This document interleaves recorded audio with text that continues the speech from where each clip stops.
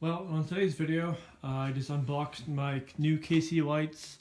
They arrived like almost 2 weeks early since they're on back order because I got them surprisingly.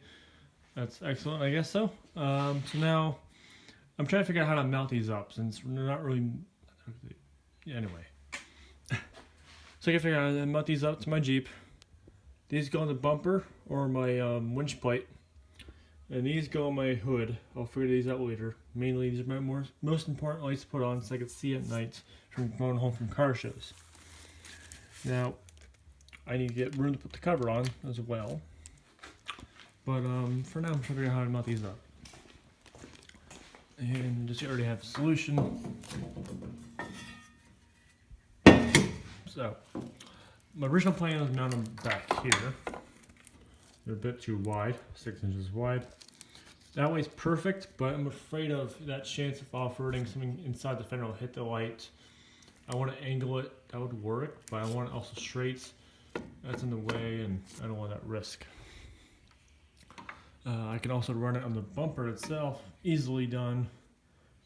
But knowing me, I'll probably hit a tree at some point. And $400 in the lights, I don't want to break them. So mine offset them so they're away from the bumper, that point. So back here's plenty, and I don't care. I want the light to be centered on the center of the light on the edge of the winch, or it could be kind of like that. The edge of the light on the edge of the spool. That's what I'm trying to go for because the cable's that way, it won't touch at all, so I'm not worried. So I'm trying to go on center, edge on edge of spool, and far back as I could against the winch, maybe a little bit of a gap so I can angle the light up and down to adjust. So I need a place to mount it, and that's in free flow air. So my idea is get some 2x3 stock I got and put the stock in. The bumper has a recess thing. It's about 1 inch recess and about 2 inches here. So that's plenty for this 2x3. My idea is to fit it right on inside. So I'll mount this up, make a chunk, just about half the width of the light, so 3 inches, get 3 inches wide this way. Cut it, so I have 2 chunks. I'll put a bolt hole through here, so I have a way to attach it. Bolt goes through and nuts from the inside. I can access from the bottom, put a wrench to it. So that's secure. Then I got a mounting place to put the light to, and then I'll just get the marker and mark it on center where I want to put it. Drill down when it's already mounted to the Jeep. Then I'll go ahead and mount the light. Though I'm already questioning now the bolt they use. Their pivoting point is that I hate metrics. The flat carriage bolt. I'll see if I have longer carriage bolts, if I can go longer.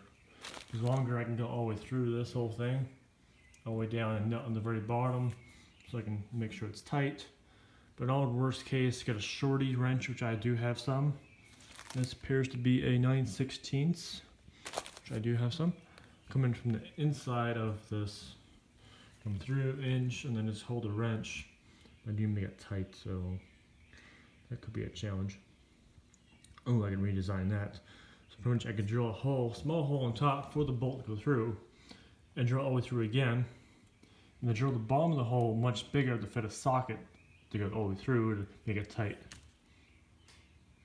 I'll do that if I don't have a big enough bolt to use. So that works out. That's those. And I gotta wire this thing up. I called him up. It is a 4 amp for each, 4 amp fuse for each light. So he just said, since you're wiring up in the series, just get a 10 amp fuse. And then a little pod lights, only draw 3 amps, and so you don't need a fuse for that. So that's just gonna be hardwired. The hood lights, I'm gonna have a switch within the hood because you're not gonna use them unless the hood's open. So I'm gonna have a switch within the engine bay. And then for the main floodlights, on my switchboard, get my main floodlights, reverse light, and then I got my reverse. Okay, I got flood, reverse, underglow, my rock lights, and then my wipers. I have 2 extra lights for I don't know what. That's that. So that's it for the lights I'm doing right now. Unboxed them, got a little idea going on. A little new update on the Jeep since we're making a video. Working on the leaf springs right now. I bought Rough Country 2.5 inch. So far install's going really well, except for I forgot to buy bushings. I actually don't need bushings, but for being me wanting to switch from these old school C-style shackles to the more modern H-style shackles I have, I need bushings. So right now there's no bushing up top, up here, no bushing. I can move it. Well, it's tight now, but and the axle's on the weight, but I need a bushing. And then these bolts are not the right bolts. They're too small of a diameter, so I ordered the correct bolts too.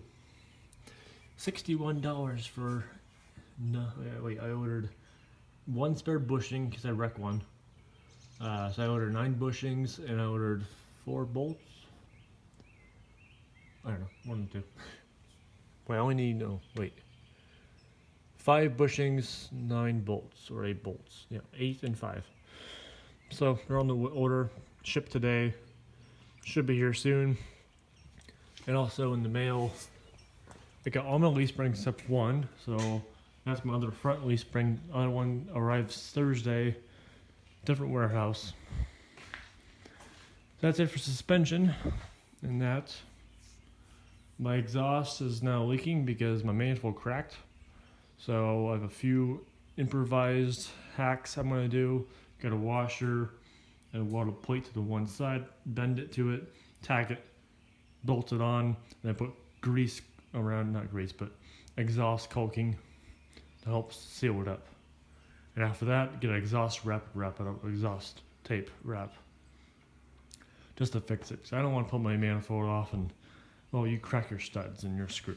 So I'm doing that little cheat. So I do have an extra manifold, but again, studs I don't want to deal with. I can open the hood anyway. So that's that. And after the suspension and the lights are done, my next thing I'm going to tackle is my steering box and my steering link rods and such, because on a few occasions heading to the car shows, I'm having steering issues. It just wants to go off by itself. And also my box is super sloppy. So that's next to a tackle. After that's done, Jeep's gonna drive really well.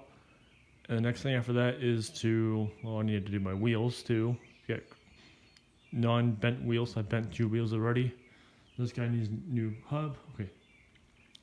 The lug nuts destroyed the wheel, so that's just put washers on. Not the best option. So you need fixed. And then that wheel's bent. The flat spot on this side of the wheel. And after that's done, I'm going to buy an overdrive. That's still on the pending side. I got to sell the camper to get the money to get that. And then meanwhile, I'm building a nice rut rod Jeep. I got to work on a custom chassis for it, suspension for it, but I got a motor in line, a old Corvette, C4 Corvette motor and transmission, D60 axle, D30 front, open, it's only 2-wheel drive. CJ7 body, CJ7 roll bar, YJ windshield, CJ5 hood and grill, and fender list for a rut rod. Axles past the grill, so I don't need fenders, and exhaust out the side. So, waiting on my motor to make a deal on the motor with my friend. So that's it for that build, a little update. And also I've been selling stuff a lot that I don't need. So I sold a mini bike I've made a video on, and trying to make that working, and I just sold it for $100, made 50 profit. Now these are little tiny robotic tanks I built as a kid, middle school time. And this one's the most everyone wants. So I'm asking like $500 for it. I only have like $250 into it, so double the profit. So everything I have is just to make money. So selling this, I just sold an RC lawnmower I built. Wasn't the best thing I built, but I sold for $125. I only had just my fabrication into it, so And I got my tank down the basement, snowboard build. So probably sell these two left. Radio I'm keeping. That's my airplane radio. Alrighty, that's, oh god. Yeah, I still got a pinion leak. See a leak on the floor. That's my pinion leaking.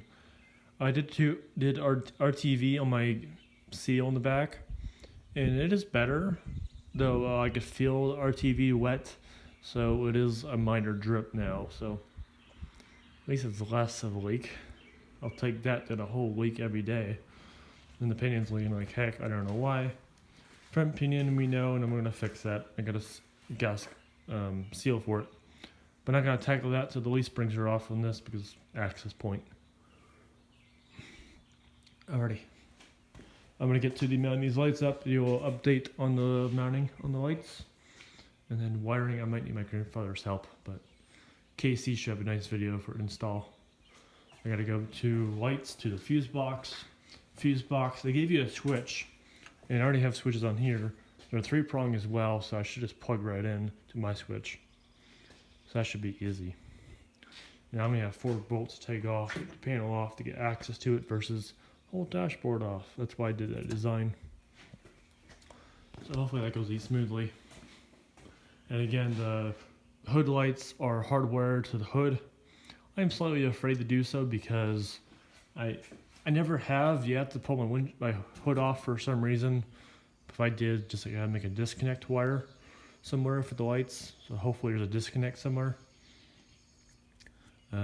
Also, my other issue is, I might put them up top so I see a spot. These lights, they're designed for JKs mostly. Most people have that stick that holds your hood up. Well, these older Jeeps we put against the windshield, like it's supposed to be done. So I'm having trouble to mount these lights because these would go like right here, except they're shining upwards. I need to face downwards. So I could go up here, mount them up high. That would work at night, light up the bottom. I could put tape on them, hold them down, turn the lights off, and see if it would work. That way it shines down.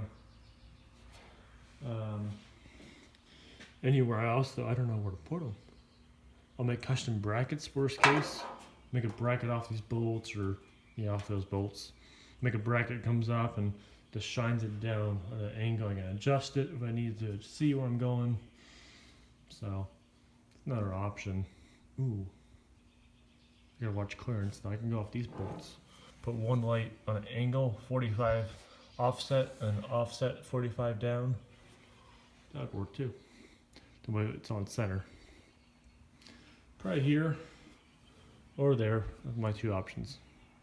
Or higher. I don't know. Many options to play with. It's all about fabrication, making things work.